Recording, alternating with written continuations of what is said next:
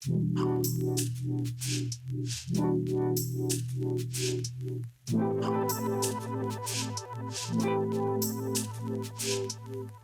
think the key is if you're trying to create a relaxing atmosphere within a room and allow people to unwind and be comfortable, then one of the key objects is to reduce the glare within that space. So we don't want any bright points of light. So having exposed lamps is not good. You're going to want to have things with shades, with concealed light sources.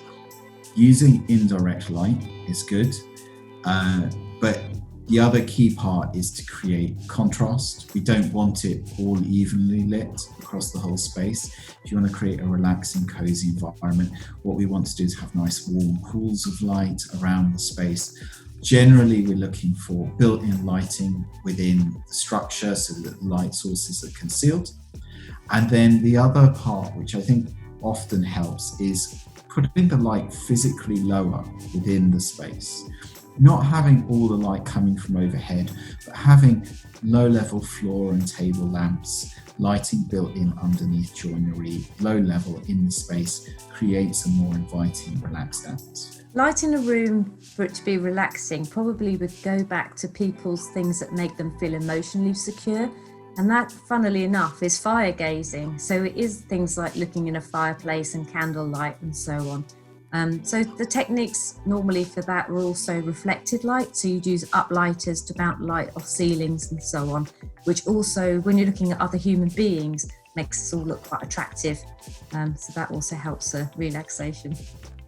Humans have kind of an intrinsic understanding of light, which comes from the way that we understand daylight or natural light. And so there is an element of, we understand that at night, when the sun is setting, the light becomes warmer, it becomes softer, which is much more diffuse.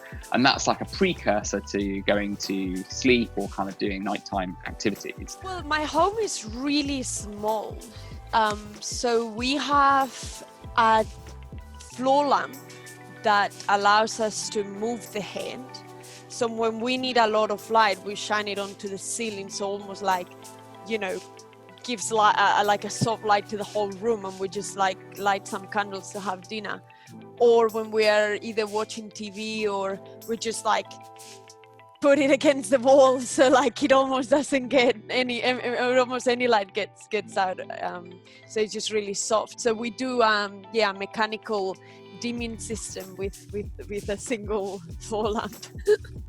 I would say that as the sort of a rule of thumb for doing that, it would be about using a selection of light sources, diffuse light sources, low-level light sources, and they're spread around a room.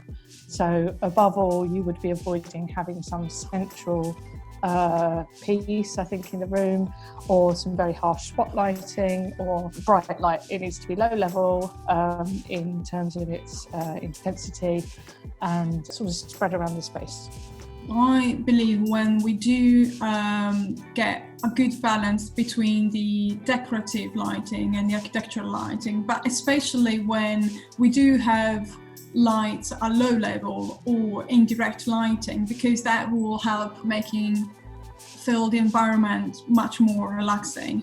Personally, also warm color temperature will help to make the ambient a bit more cozy. You need lots of layers of lights to achieve a good ambience lighting, and the way you can control the lighting scenarios is by having, as you mentioned, a good control system in the background. And I think in the past, lots of clients were a bit overwhelmed by a control system because they appear to be too difficult, but actually they make your life so much easier, and the entire experience change when you don't have to, use fiddly switches on the wall, but everything is just moving from one scene to another one, linked to the time clock. You have the lighting dimming automatically at sunset. It's not all lighting in the room together at one time is calibrating what type of light you want at that specific time of the day or for that specific event. So it's important to have layers of light, and it's important that they are connected to a control system which allow you to dim them when required.